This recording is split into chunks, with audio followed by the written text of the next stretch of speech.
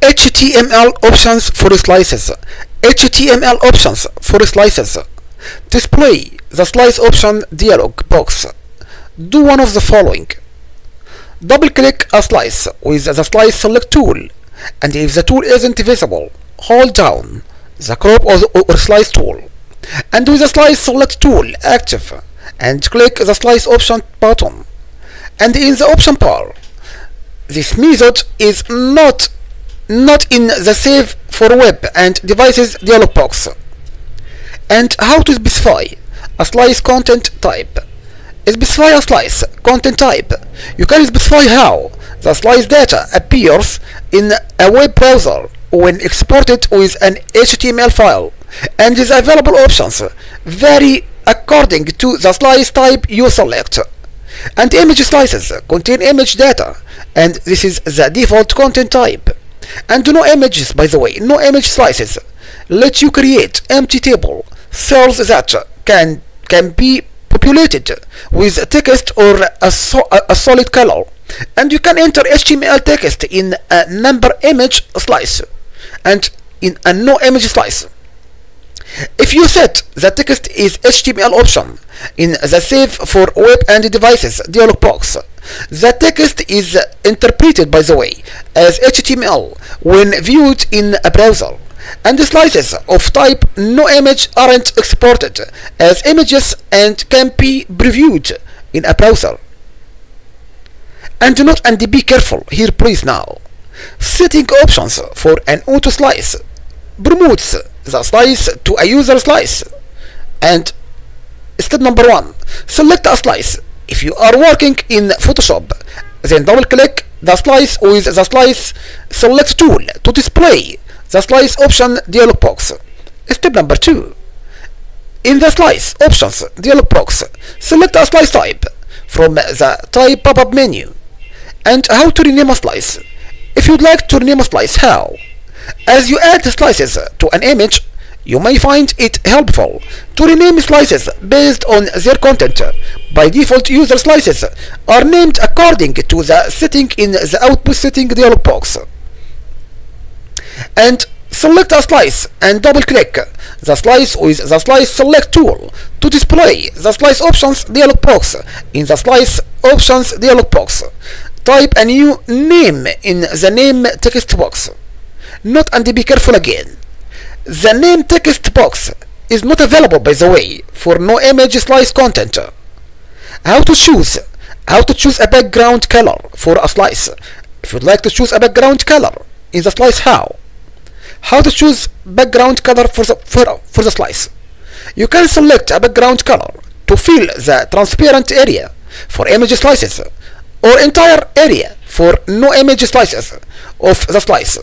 And Photoshop doesn't display the selected background color, by the way, and you must preview the image in a browser to view the effect of selecting a background color.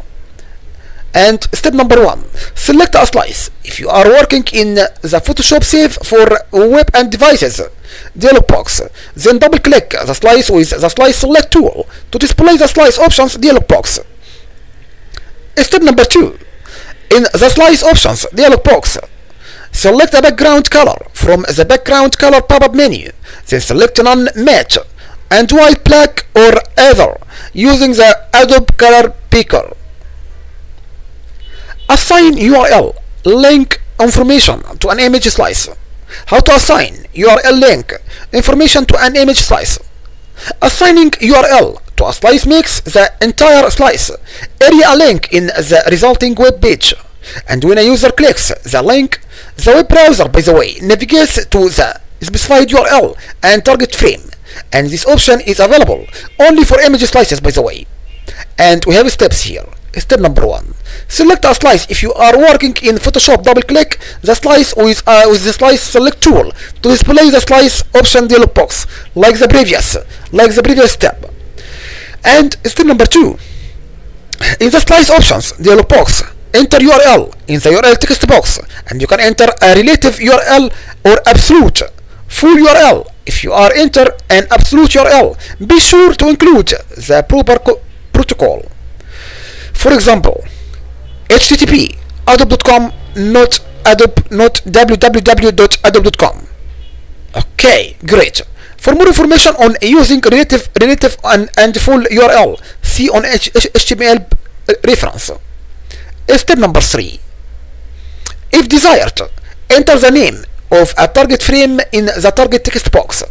And what about the blank? Blank is meaning displays the link file in a new window, leaving the original browser window open.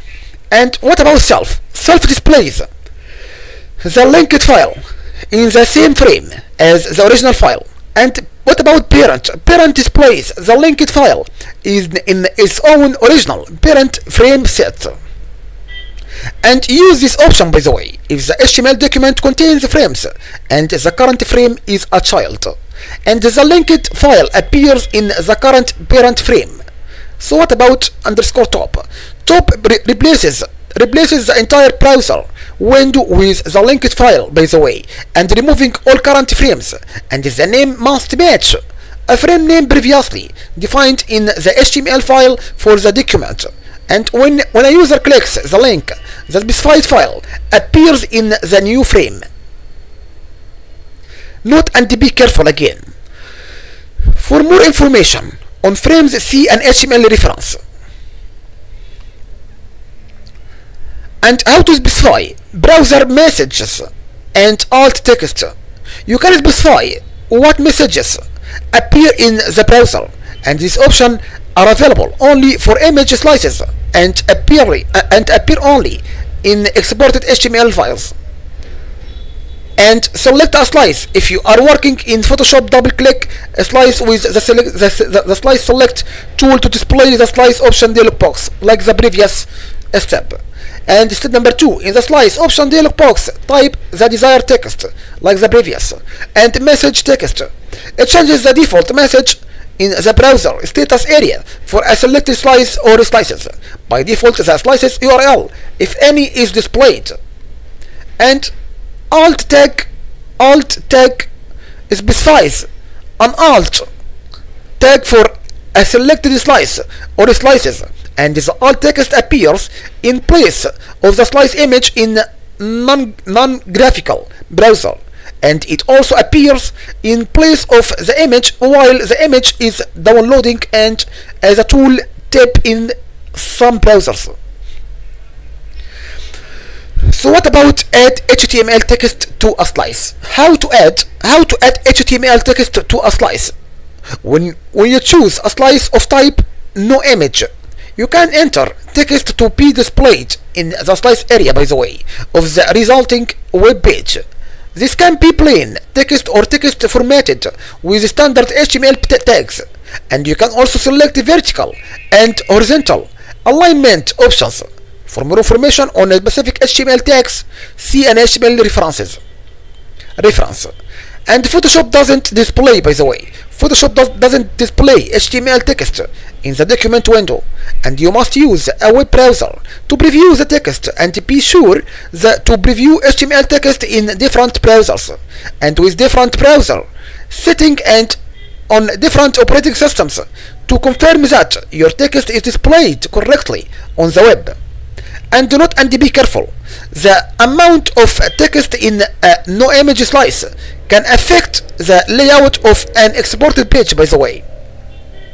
Step number 1, we have steps here. Step number 1, select a slice, double click the slice with the slice select tool to display the slice option dialog box, and you can double click the slice in the save for web and devices dialog box to set additional formatting options like the previous step actually.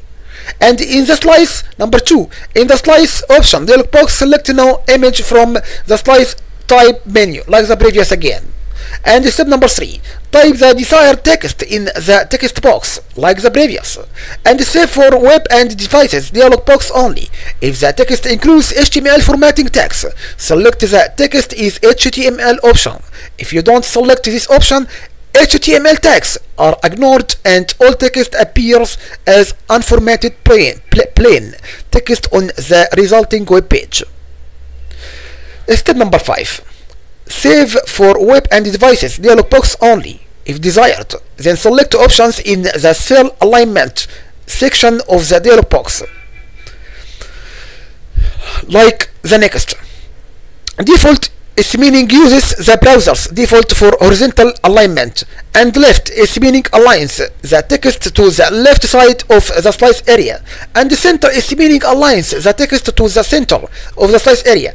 Right is meaning aligns the text to the right side of the slice area, and default uses the browser's default for vertical alignment, and top is meaning aligns the text to the top of the slice area, and baseline sets a common baseline for the first line of text in cells in the same row of the resulting HTML table.